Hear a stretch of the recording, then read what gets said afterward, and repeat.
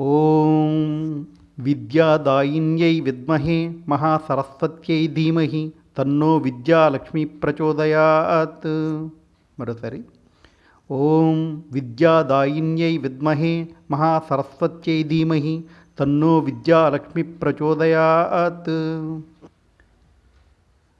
సరస్వతి అనుగ్రహంతో పాటు అష్టలక్ష్ముల్లో ఒకరైన విద్యాలక్ష్మి అనుగ్రహం కూడా కావాలంటే ఈ మంత్రాన్ని జపం చేసుకోవచ్చు.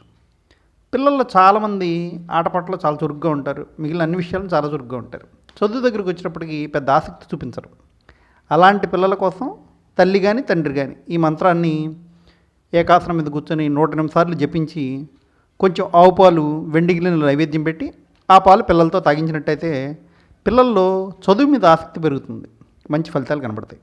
బాగా గుర్తుపెట్టుకోండి, ఆవు పాలు కొంచెం మాత్రం నైవేద్యం పెట్టాలి. అలాగే రేపటి వీడియోలో పశ్చిమ ముఖ ద్వారం ఉన్న ఇంట్లో నివసించేవారు లక్ష్మీదేవిని ఏ మంత్రంతో పూజించాలి లేదా ఏ శ్లోకంతో ధ్యానించాలి అనేది తెలుసుకోవాలంటే జ్ఞానాది ఎటర్నల్ ఛానల్ సబ్స్క్రైబ్ చేయండి.